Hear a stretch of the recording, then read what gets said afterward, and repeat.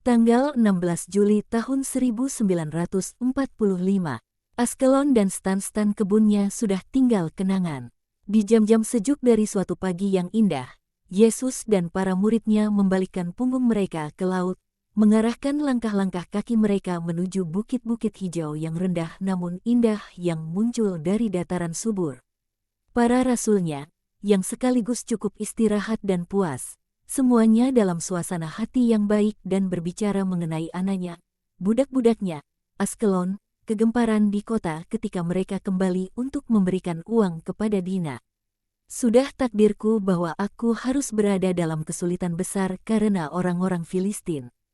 Bagaimanapun, kebencian dan cinta punya manifestasi yang sama, dan aku, yang tidak pernah menderita di tangan kebencian Filistin, nyaris terluka oleh cinta mereka. Mereka nyaris menangkap kami untuk memaksa kami mengatakan kepada mereka di mana guru. Mereka begitu bersukacita karena mukjizat itu. Dan betapa mereka berteriak-teriak, "Bukan begitu, Yohanes." Kota mendidih bagai cerek. Mereka yang marah tidak mau mendengarkan penjelasan dan mencari orang-orang Yahudi untuk dilempari batu. Mereka yang merasakan kebaikan, atau teman-teman mereka, berupaya membujuk dengan mengatakan bahwa seorang dewa telah lewat.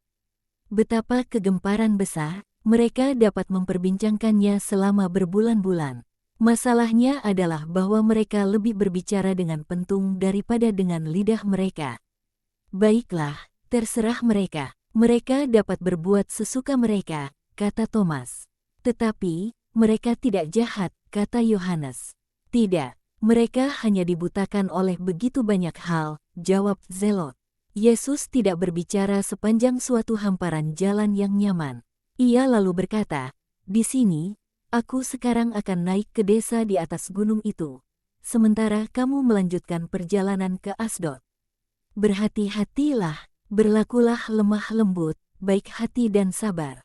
Bahkan meski mereka menertawakanmu, tanggunglah dalam damai, seperti yang dilakukan Matius kemarin, dan Allah akan menolongmu." Saat matahari tenggelam tinggalkan kota dan pergilah ke kolam dekat Asdod. Kita akan bertemu di sana. Tetapi, Tuhanku, aku tidak akan membiarkan engkau pergi sendirian saja, seru Iskariot.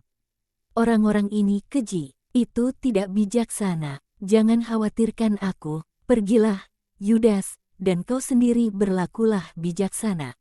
Selamat tinggal, damai sertamu. Ke-12 rasul pergi namun tidak dengan sangat antusias. Yesus melihat mereka pergi dan ia mengambil jalanan bernaung yang sejuk mendaki bukit. Bukit diselimuti pepohonan zaitun, walnut dan ara dan dengan kebun-kebun anggur yang diolah dengan baik yang sudah menjanjikan panenan yang melimpah. Di dataran-dataran ada ladang-ladang kecil sereal, sementara kambing-kambing berbulu putih sedang merumput di lereng-lereng berumput hijau. Yesus tiba di rumah-rumah pertama di desa. Ia hendak memasukinya ketika ia berpapasan dengan suatu perarakan yang aneh. Ada para perempuan yang berteriak-teriak, para lelaki yang meraung dalam suatu ratapan berselang-seling dan mereka mengadakan semacam tarian sekeliling seekor kambing jantan yang ditutup matanya, yang mereka pukuli sementara berarak. Lutut-lutut binatang itu berdarah sesudah terhuyung dan jatuh di atas batu-batu jalanan. Kelompok orang lainnya, yang juga berteriak-teriak dan meraung, bergerak mengelilingi sebuah patung ukiran, yang sungguh sangat jelek dan mereka menjunjung wadah-wadah penuh bara api, yang mereka jaga nyalanya dengan menyemprotkan damar dan garam ke atasnya. Setidaknya aku pikir itulah apa yang terjadi, sebab yang pertama berbau terpentin dan yang terakhir berderak seperti garam. Kelompok yang lain berkumpul sekeliling seorang penyihir, di hadapan siapa mereka terus-menerus membungkuk, seraya berteriak, "Dengan kekuatanmu, para laki-laki, kau saja yang dapat, para perempuan. Mohonlah kepada dewa, para laki-laki. Enyahkan sihirnya, para perempuan. Perintahkan Metix, selamatkan si perempuan." Dan lalu bersama-sama, dengan suatu raungan mengerikan, berteriak, "Matilah penyihir perempuan itu," dan mereka memulainya kembali, secara berbeda. "Dengan kekuatanmu, kau saja yang dapat, perintahkan dewa, untuk membiarkan kami melihat, perintahkan kambing jantan, untuk memperlihatkan kepada kami si penyihir perempuan, dan dengan suatu seruan mengerikan lainnya, siapa yang membenci keluarga Para? Yesus menghentikan seorang laki-laki dari kelompok terakhir, dan dengan lembut bertanya kepadanya, "Apakah yang sedang terjadi? Aku seorang asing." Arak-arakan sedang berhenti sejenak untuk memukuli kambing jantan itu, menyemprotkan damar pada bara api dan mengambil napas, dan laki-laki itu menjelaskan, istri Para, seorang terpandang di Magdal-Gad, diambang ajal sebab melahirkan.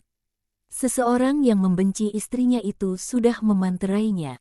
Rahimnya menjadi terjepit dan si anak tidak dapat lahir ke dunia. Kami sedang mencari penyihir perempuan itu untuk membunuhnya.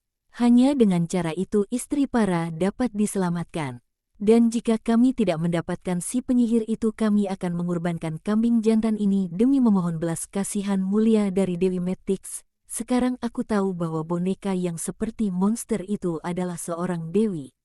Berhenti, aku dapat menyembuhkan perempuan itu dan menyelamatkan anaknya. Katakan pada imam, kata Yesus kepada si laki-laki dan dua orang lagi yang sudah menghampirinya. Apakah engkau seorang dokter? Lebih dari seorang dokter. Ketiga laki-laki itu membuka jalan dengan sikutnya menerobos orang banyak dan pergi kepada imam berhala. Mereka berbicara kepadanya, kasak kusuk menyebar. Perarakan, yang tadinya sudah mulai berangkat kembali, berhenti. Si imam, yang tampak mengesankan dalam kain warna-warninya, mengangguk pada Yesus dan memerintahkan, "Anak muda, kemarilah." Dan ketika Yesus di dekatnya, "Apakah yang engkau katakan benar?"